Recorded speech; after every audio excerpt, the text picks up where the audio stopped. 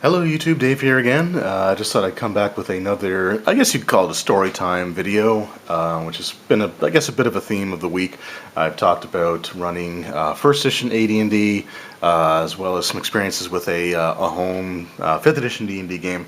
But I also had a chance recently to run a session of the Dragon Age role-playing game. Which is something that I'm actually really excited about because I have enjoyed, or I've been a big fan of the Dragon Age role-playing game since it originally came out, and that was years ago. I can't remember exactly how long ago it was now. I want to say it was like 2010 that it originally came out. But anyway, so I finally got a chance to run a session of it. And the adventure that I ran was the adventure Duty Unto Death. So this was an adventure for characters levels 2 through 4. And what's really cool about it, actually, is that this is the exact same adventure that was run on Geek and Sundry's tabletop. So the adventure was designed by Chris Pramus, who's the individual who created the game itself. Like, his name is right here on the front cover of the hardcover book as well. So, and if you look, the playtesters are Chris Hardwick, which I'm not a big fan of Chris Hardwick when it comes to role-playing game videos. I think he's entertaining enough outside of those. Like, I liked him on G4, Tech TV and all that stuff. But the small sample size that I have of watching him play role-playing games, I've not really enjoyed having him in the video. Anyway, but that's a completely different thing. And some people loved him. A lot of people actually apparently loved having him in the videos, and that's fine because he wasn't too bad in this one. It's not as bad as when he made a character for the sole purposes of making fun of Will Wheaton. But anyway, you have Chris Hardwick, Kevin Sussman, you got Will Wheaton there, and Sam Witwer. So the adventure itself, when I actually went to run it, the session that I ran ended up being very, very similar to what was actually done on the tabletop episodes. So there were 2 parts. I think they're about half an hour each. Now it took our group about 2.5 hours to get through. But the great thing about this adventure is that it is designed to be done in a single session, which is great. In fact, 2 of the encounters are combat optional and could be resolved with role-playing, either just by the Game Master's decision for one of them, or based on players' actions in the latter case. So the adventure itself, like I said, it's just a free PDF that you can download. It came black and white, so anyway, I had it printed off. It also comes with 4 pre-generated characters. So the characters are a Surface Dwarf warrior, a human warrior, a Dalish elf rogue, and a human circle of magi mage character. Each of the characters are 3rd level. Now the adventures are for levels 2 through 4, but they took the average here and went for 3rd level characters. When I ran the adventure, the characters that were in play were the Surface Dwarf, the Circle Mage, and the Dalish Elf Rogue. So I had one of each class actually being used, which was great. And so that way I got to kind of get an idea of how they kind of play out and what their abilities can be and things of that nature. The adventure itself actually begins shortly before the events of Dragon Age Origins. So it's during the time leading up to the 5th Blight in Ferelden. The characters are actually all Grey Warden recruits. And the idea is that if people are not familiar with the Dragon Age games, you can kind of explain what the Blights are, what the Grey Wardens are, and explain how the characters can either be recruits based on like volunteering, or they could be recruits who are forced into the order using the rite of conscription. So the characters sort of were able to make that decision on their own. But it starts off with the characters actually traveling with Duncan, who is one of the characters that you meet early on in Dragon Age Origins. And for me, it was just kind of cool to have Duncan in the adventure. So they are the premise is that the characters are traveling to the village of Greenthorn to meet with a Grey Warden. Grey Warden member, fellow Grey Warden member by the name of Aldrich Lapointe. Now, Aldrich is as an emissary of the Grey Wardens from Orlais. And if you've played Dragon Age Origins, you know that that the tensions between Orlesians and Ferelden's is still sort of a sore point for a lot of people in Ferelden. I think it was a century, for 100 years. Orlais occupied Ferelden, or 100 years ago, sorry, Orlais occupied Ferelden. And it wasn't until about 30 years before the beginning, or before this adventure takes place, that the Orlesian occupation finally ended. So it lasted for about 70 years. And so obviously tensions again are pretty high, so Duncan has the Grey Warden recruits with him, but they're kind of avoiding the Imperial Highway, like the main roads kind of thing, because they don't really want to draw attention to the fact that there are some Orlesians in Ferelden, because that could go over poorly. When the adventure starts, Duncan advises the characters that he has to leave them and return to the Circle of Magi Tower in Lake Calenhad, and but sends a party along their way. So the characters have to continue their mission and go to the village of Greenthorn and meet with Aldrich, and then bring him back to the docks at Lake Calenhad. So the characters sort of make their way. Along the way, they have an encounter with a highwayman, this large sort of Avar barbarian type character, who demands that the characters basically pay a toll. And the toll, of course, is like all of their gold, armor, and equipment sort of thing. And when he boasts that, there's archers hidden that, have arrows trained on them, nothing happens. Like, he orders for the archers to attack, and they just do nothing. And then all of a sudden, when he goes to check, these shrieks jump out. And shrieks are, these darkspawn that are sort of almost insectile-like in appearance, but they've got these, arm blades that they use, like blades that come out of their armor, or out of their arms, I guess. I think it's actually part of their bodies, but either way, so the characters actually fight a couple of darkspawn at the beginning. So they have that encounter, it's over with, they continue along their way, and they make it to the village of Greenthorn. Except, things aren't doing too well at the village of Greenthorn, as there's a bunch of carrion birds circling above the center of the village. So, going there, the village is essentially abandoned, and everybody's either dead or have fled, with the exception of one individual, a human woman by the name of Callie, who is currently inside of the inn, the Queen's Boot, which is where the characters were supposed to go to meet Aldrich. And this is the encounter that could be either combat or role-playing. So, when I ran the game, and even in the tabletop one, time was sort of an issue. So I decided to have it just be a role-playing encounter. If I had like a full 4 hours, for example, to run everything, I would have gone with the combat one, but we had about 2.5 by the time I was able to get started. So, but the interesting thing, the thing that she can really explain to the party, is that there's this tower, sort of on a hill nearby the village. And the tower was not there just a few days ago. And it was as soon as this tower appeared that creatures started attacking this group of creatures attacked, and they took one of a traveler that had just recently arrived in the village captive, and had taken him to the tower itself. Now the tower is, when the characters arrive at the tower, mage character or anyone that has like magic, you can make a magic spirit test, and if you succeed, you realize that this tower has a strong connection to the Fade. And the Fade is sort of the realm where demons live. That's where mages sort of draw their magic from. And it's where, people's, basically their spirits go when they dream. Now, dwarves have no connection to the Fate at all, so they can't be mages, and they, you know, when they don't dream in the same way that that humans or elves do. But the connection to the Fate is very, very strong. The tower itself looks like some sort of massive battle had occurred there.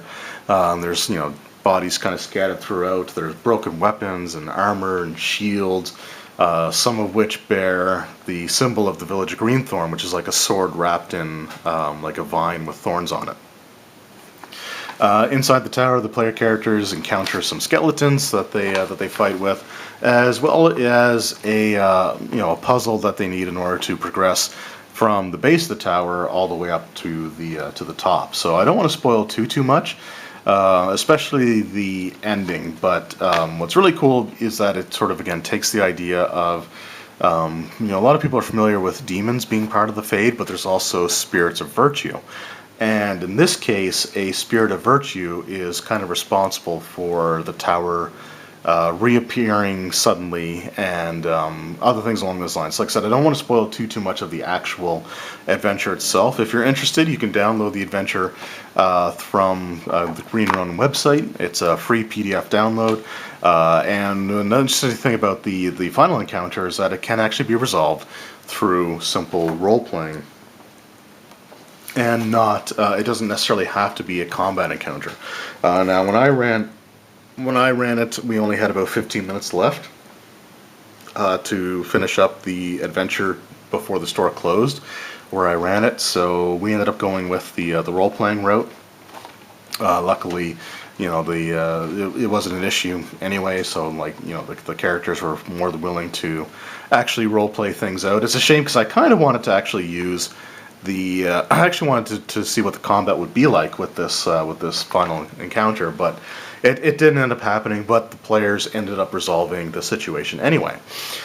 So again, it's just a really it's a cool adventure. I like the adventure quite a bit, and like I said, I love the Dragon Age system. And the interesting thing was, you know, I mean, I've had years to read through the box sets that I've had, so I knew the basics of it. Even before I got the hardcover book. And even though it had been a few years since I had last looked at it, or really looked at it, I still remembered enough about like the core concepts of the game that it was kind of easy to pick it back up. You know, I mean, a few mistakes are made here and there, but that's normal when you're kind of relearning something, sort of thing. But what was really great is that it was surprisingly easy to teach as well. So, you know, the players had, you know, picked up on it really easily.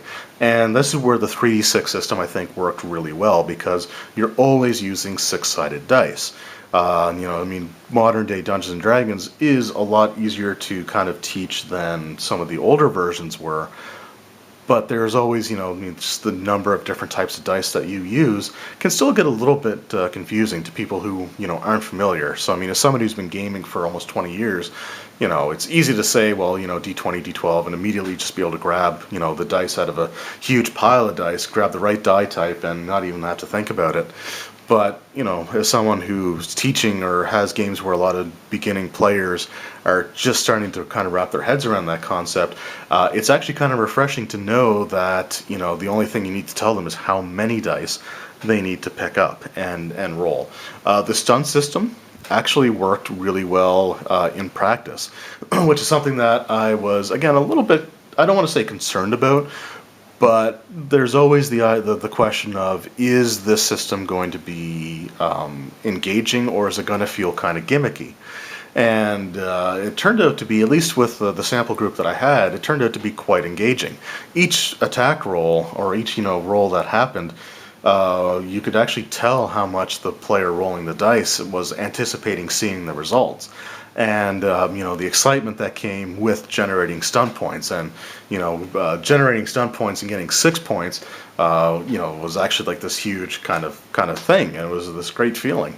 And you know, when the game master's rolling, when I was rolling for the attacks for the monsters, again, the players were invested, because they wanted to, they didn't want to get stunts done on them, because most monsters' favorite stunts are the ones that deal extra damage. So I think the system actually works really, really well. Now, in long-term play, it's hard to say if the shine of the stunt system will kind of wear off over time, but I think it was a great way to keep everyone invested into what was going on at the time. And so I'm really happy that it turned out that way. The adventure itself, again, is really, really cool. I love Dragon Age Origins, so things set around that time I'm a big fan of. I love the fact that the Grey Wardens were kind of in the forefront of the adventure here, because they're an organization that I really like, and it's kind of a shame that the video games distance themselves from the Grey Wardens. Now I know that the Blight was really only an issue with the first game, but it's still something that it just feels like this really cool idea that you explore really well in one game, but then just never really touch on again, other than, oh, you've got a Grey Warden NPC in the third game that can join your party, and one of your siblings might become a Grey Warden, but you never actually get to travel with them, kind of thing. So the adventure itself, again, is really, really cool. Definitely worth checking out. There are a couple of interesting things, like, for example, there were some minor typos, like on the mage character. We have like under magic for their focuses. Just a small typo. It's, instead of saying arcane lance, which is just a standard magical attack that you can do without spending any magic points on, they forgot the L and it's just arcane ants. But other than that, again, just those are minor typos that can happen, sort of thing. But it's still, again, a really, really cool adventure. My only real complaint about the adventure itself, and it's not the story, it's not the encounters themselves, but it's the fact that there's no maps included. I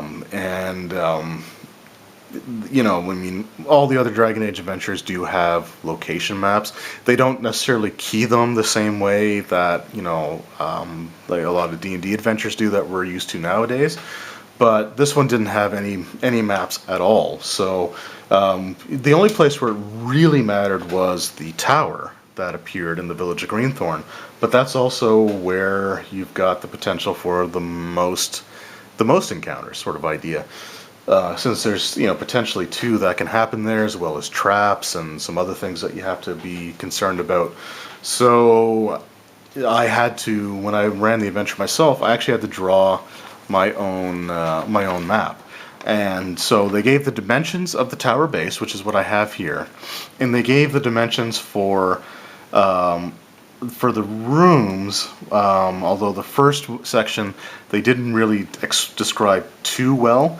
They basically said, you open up a set of doors here on the southern wall of the tower, and it opens up into an entryway before opening up into a 40 by 50 room. So the other 2 rooms in the base of the tower were 40 by 80, and it was an 80 by like 110 or 120, I guess, base for the tower.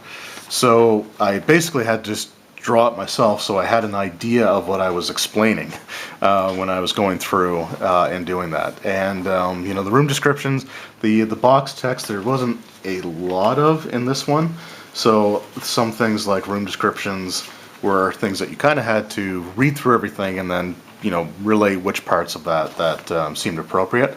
But based off what they did, I was able to draw my own map, and so you have like the base of the tower, and then there were 3 floors above that in the actual tower itself. So you had like the statuary room. Now the only thing is that I may have gotten where the statues are in relation to, there's this big like sort of like war room type table in the middle of the room, and then there's a total of 8 statues. And I think I actually ended up putting, I'd probably fix this and have the statues along the long sides of the tables, because it might work a little bit better. But at the same time, it just says that there's 4 statues on either side of either end of the table. So take that how you will. So I got the statues there. The library section, and then the tower top. So I just ended up drawing my own map. It didn't take very long to do, But it would have been nice if even something just like a sketch, even something like almost like this basically, but done officially by the person who designed the adventure would have been a nice inclusion. So if you do get this and you do want to run it, then my suggestion would be to just make sure that you map out that section before you start running it. But that's basically it. Other than that, had a lot of fun running it. And I'm actually hoping to continue to run some more Dragon Age role-playing games. So I put a message out on one of the Facebook groups that's role-playing oriented in Halifax, Nova Scotia. So if anyone's watching this and you're in that area or able to get to that area without too much difficulty, I do want to start running a monthly Dragon Age game out of HFX Games in Dartmouth. Now I can change that location depending on like the travel needs and other things like that, other considerations as well. But if you're in the area and you're interested, please let me know. Like I said, it's going to be a once a month thing. So it's not like it's going to be every single week or even every other week. It's going to be one session once a month on either a Saturday or Sunday. I typically run role-playing games on Sundays if I'm doing them in public, so that's the day that I would try to favor the most. But if it overlaps with a week that I'd be running one of my D&D games, then I would probably do it on a Saturday or something like that. But again, if you're interested in the area, let me know. I'm looking to get anywhere from 3 to 6 players. I'd be willing to run with as little as 2, but I'd like to get anywhere between 3 and 6 players, and be able to create characters for a session and go from there. But my experience so far actually running this game was a lot of fun, and I'm hoping to continue that going forward. Anyway, thank you guys very much for watching. I hope you enjoyed the video, and we will see you next time. Take care.